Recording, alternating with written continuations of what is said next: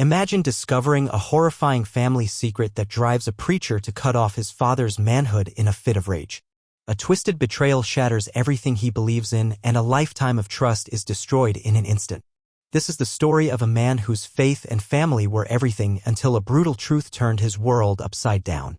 Before we dive deeper into this chilling tale, don't forget to like and subscribe to our channel here on The Final Confession for more true crime stories from the darkest corners of human nature. Pastor Daniel Carter, a 42-year-old man, was the embodiment of devotion in his Texas community. Known for his fiery sermons on faith, family, and moral values, Daniel's ministry drew hundreds of followers who saw him as a beacon of righteousness.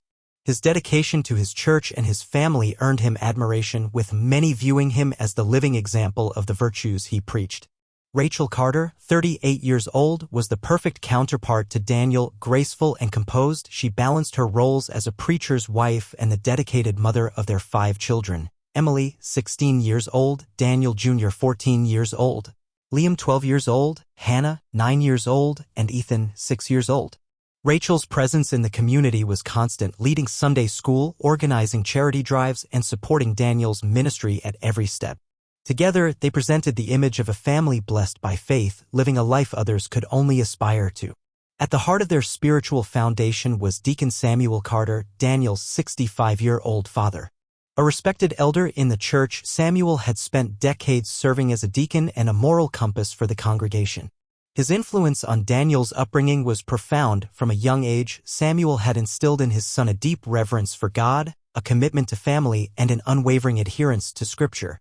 Daniel often credited his father during sermons, praising him as the rock upon which their family had been built. The Carter household was vibrant with activity. Emily, 16, was thoughtful and academically driven, often helping with church youth programs. Daniel Jr., 14, was reserved but attentive, always eager to lend a hand during church services. Liam, 12, was the family's curious and playful spirit, while Hannah, 9, was known for her sensitivity and eagerness to please. The youngest, Ethan, 6, was the light of the family, doted on by everyone and blissfully unaware of life's complexities. Sunday dinners at Samuel's home were a cherished family tradition. These gatherings often began with scripture readings and heartfelt prayers led by Samuel himself, followed by lively discussions about the church and community. For Daniel, these moments were a source of pride, a symbol of the strong bond that connected the Carter family and their shared dedication to their faith. One evening at dinner, the Carter family sat gathered around their oak dining table, enjoying a rare moment of laughter and togetherness. Emily, their eldest at 16, spoke up with excitement in her voice. "For my genealogy project at school, I thought it would be fun if we all did a DNA test. We can find out about our ancestry, maybe even find distant relatives." Her younger siblings, Daniel Jr., 14, Liam, 12, Hannah, 9, and Ethan, 6, buzzed with excitement, chiming in with their guesses about hidden royal bloodlines or mysterious family origins. Daniel, always supportive of his children's pursuits, smiled warmly. "That sounds like a great idea. It'll be something we can all do together." Across the table, Rachel's smile faltered. She reached for her glass of water, her fingers trembling slightly. "I don't know, Emily," she said softly. "These things aren't always accurate and they can be invasive." Her voice trailed off as she glanced at Samuel, who was seated at the head of the table, his usual stern expression unchanged. "Come on, Rachel," Daniel said, brushing off her hesitation. "What's the harm? It's just a fun family activity and it'll be good for Emily's project." He reached over and placed his hand over hers, offering her a reassuring smile. "We've got nothing to hide." Rachel looked at him for a moment, her expression unreadable, before nodding slowly. "All right," she said, her voice barely above a whisper. The children cheered as Daniel pulled out his phone to order the DNA kits. Samuel gave a tight smile but said nothing, sipping his coffee in silence. A few weeks later, the results arrived. Emily eagerly gathered everyone around the computer as Daniel logged into the website. The room buzzed with excitement as they explored the reports, ancestral origins, historical connections, and distant relatives. But as Daniel scrolled through the results, his brow furrowed. Something didn't add up. "Wait," he said, leaning closer to the screen. "This says I'm not a match to any of the kids as their biological father." He laughed nervously, shaking his head. "That's obviously a mistake, probably some kind of database error." Rachel froze, her hand tightening around the edge of the chair. Samuel's gaze flicked to Daniel, his face calm but his jaw visibly clenched. I'll reach out to the company, Daniel said, his voice firm but composed. They probably just mixed up the data. He stood from the table and kissed Rachel on the top of her head. Don't worry about it. I'll get it sorted out. Over the next few days, Daniel contacted the genealogy company, pointing out the error in their report. He explained the issue in detail, confident they'd come back with a correction. But when their response arrived, it left him reeling. We've triple-checked the results, the company representative explained over the phone. There's no mistake. The children's biological father is someone other than you, and the markers match another close relative within your submitted samples. Daniel's heart sank. He asked them to confirm again, but the answer remained the same. Hanging up the phone, he sat in stunned silence. The only possible match within the submitted samples was his father, Samuel. The weight of the revelation crushed him. His mind raced back to subtle moments, Samuel's frequent visits, the way Rachel had grown quiet whenever he was around, her initial resistance to the DNA test. It all began to make horrifying sense. That evening, Daniel returned home clutching the printed DNA results. Rachel was in the living room, folding laundry. He threw the papers onto the table, his face a mask of fury and disbelief. Explain this, he demanded, his voice cold and sharp. Rachel's eyes darted to the papers, then to Daniel. What are you talking about? She asked, her voice trembling. The DNA results, Daniel snapped. They're saying I'm not the father of my children. But they also say there's another match in our family. Care to explain that?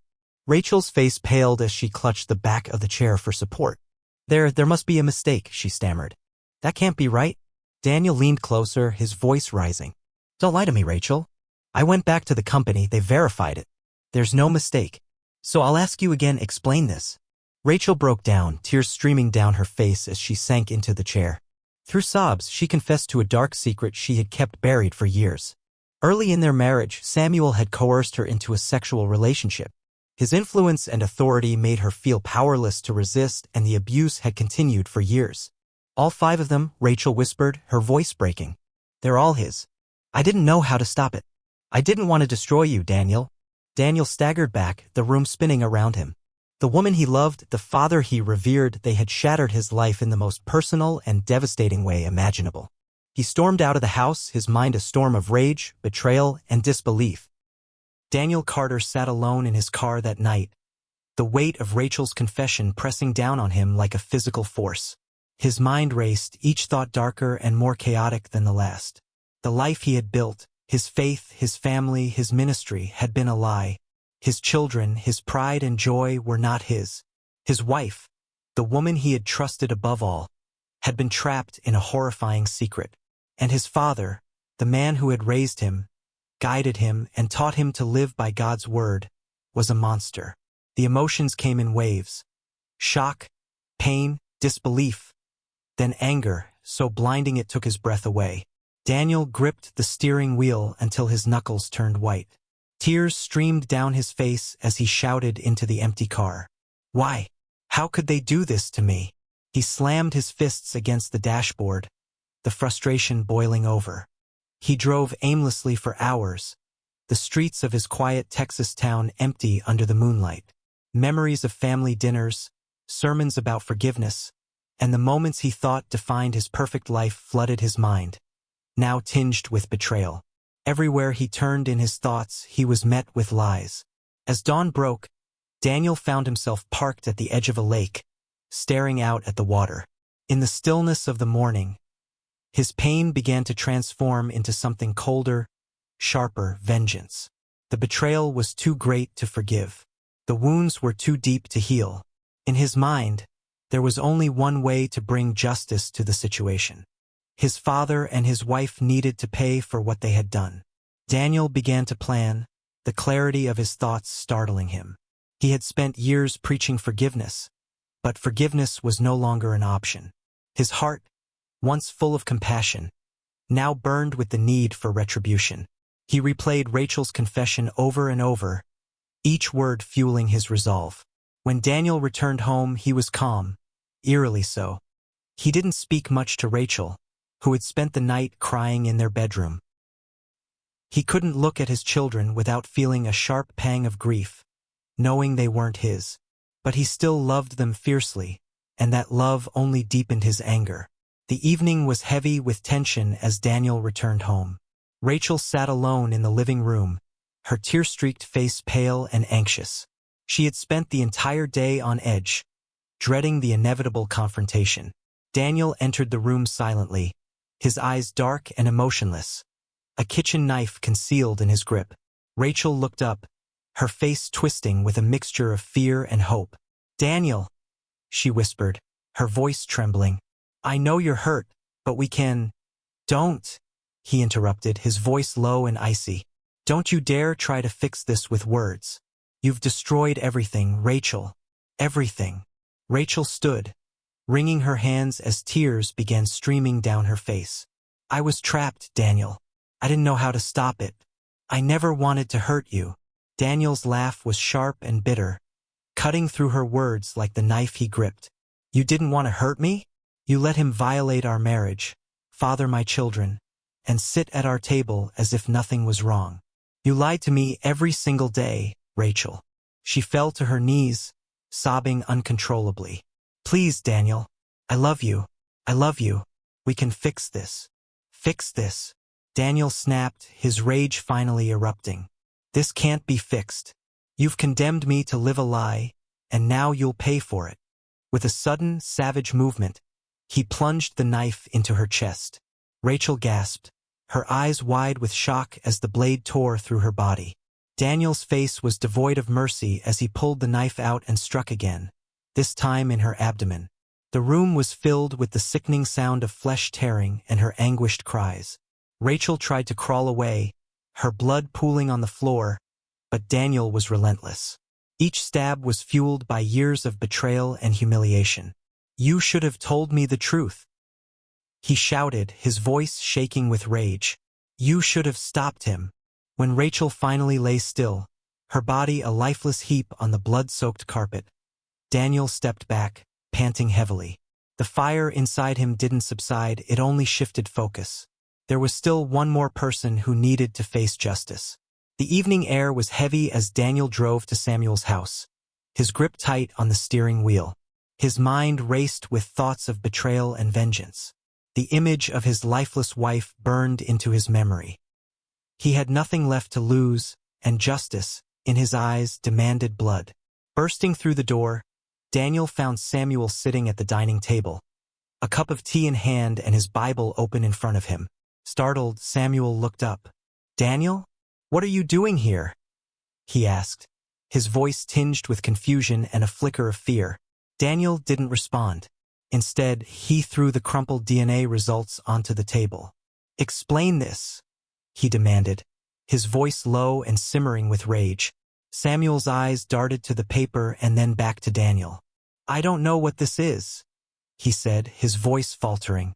"Don't you dare lie to me," Daniel snapped, his hands trembling. "You've been violating Rachel for years, haven't you? You fathered my children." Samuel stood, raising his hands as though to calm his son. "Daniel, listen to me. It's not what you think. Don't lie." Daniel roared, his voice shaking the room. "You destroyed my family. You're a monster." Before Samuel could speak again, Daniel lunged forward, plunging the knife into his father's side. Samuel cried out, stumbling backward and clutching at the wound. Blood seeped through his shirt as he tried to steady himself, but Daniel didn't stop. With savage precision, Daniel stabbed him again and again, each thrust driven by years of pent-up rage. Samuel collapsed to the floor, writhing in pain, his strength draining rapidly. "You deserve to feel the pain you inflicted on me," Daniel growled, standing over his father. Samuel tried to crawl away, his breaths coming in short, desperate gasps, but his body was too weak to respond. Daniel knelt beside him, his voice cold and steady. "This is for Rachel. This is for the years of lies.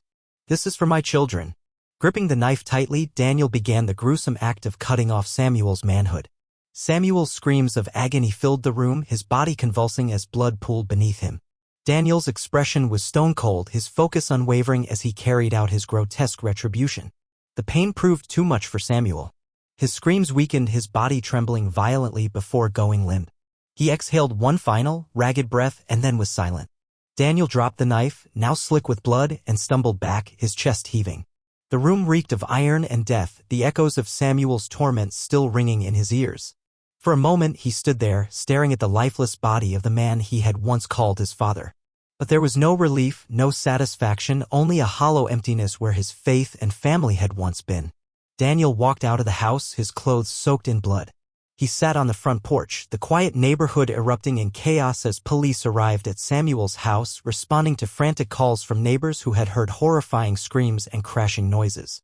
The officers, weapons drawn, approached cautiously, expecting resistance. Instead, they found Daniel sitting on Samuel's front porch, drenched in blood, his Bible resting in his lap. Daniel's demeanor was chillingly calm. He looked up at the officers as they approached, his expression unreadable. "It's done," he said simply, raising his hands in surrender. "God's justice has been served." The officers quickly handcuffed him, their unease palpable as Daniel was led to the patrol car. One officer cautiously ventured inside the house. What they discovered was beyond words, a scene of unimaginable violence. Samuel's body lay in a grotesque state, his chest riddled with stab wounds and his manhood cruelly severed. The pool of blood and the signs of struggle spoke volumes about the brutality of the act. As they placed Daniel into the back seat of the car, he turned to one of the officers. His voice was steady, almost casual. "Rachel," he said, "you'll find her at our house. She betrayed me too." The officers exchanged shocked glances, realizing the full scale of the horrors they were dealing with. Rushing to Daniel's home, they found Rachel exactly as he had described. Her dismembered body lay in the living room, her remains scattered in a gruesome display of rage and methodical violence. Back at the station, Daniel provided a chillingly detailed confession, his voice devoid of emotion. "She lied to me for years," he said of Rachel. "And my father, he ruined everything I believed in. They had to face the consequences." His calm recounting of the murders stunned the investigators. When pressed on his actions, Daniel simply replied, "They destroyed our family. I just finished what they started." The dual crime scenes, the sheer brutality of the murders, and Daniel's cold composure sent shockwaves through the community. Their once revered preacher had become a figure of terror, leaving a devastating legacy of violence and betrayal in his wake.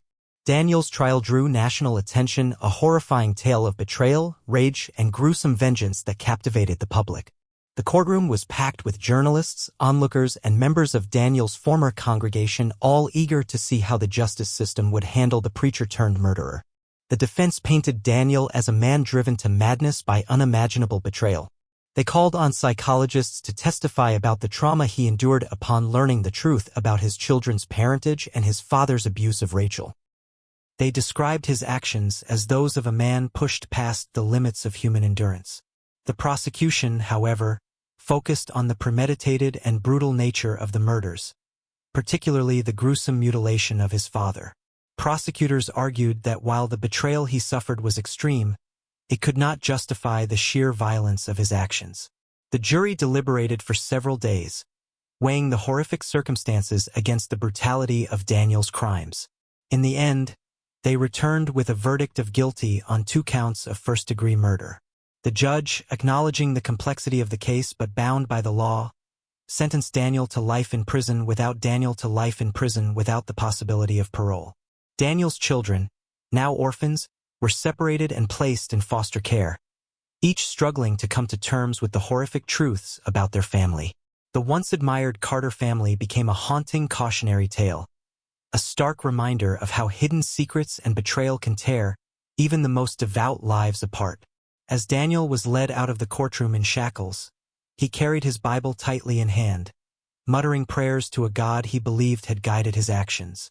To the public, he became a symbol of the destructive power of secrets and rage, a tragic figure who lost everything in his quest for justice. Daniel Carter's descent from a pillar of faith to a figure of horror serves as a chilling testament to the destructive power of secrets and betrayal. This tale reminds us that even the most revered individuals are not immune to the chaos hidden truths can unleash. Do you believe Daniel's actions were the inevitable result of betrayal? Or did he cross a line no amount of pain can justify? If this story left you questioning everything, don't forget to like and subscribe to The Final Confession for more true crime cases that unravel the darkest sides of humanity.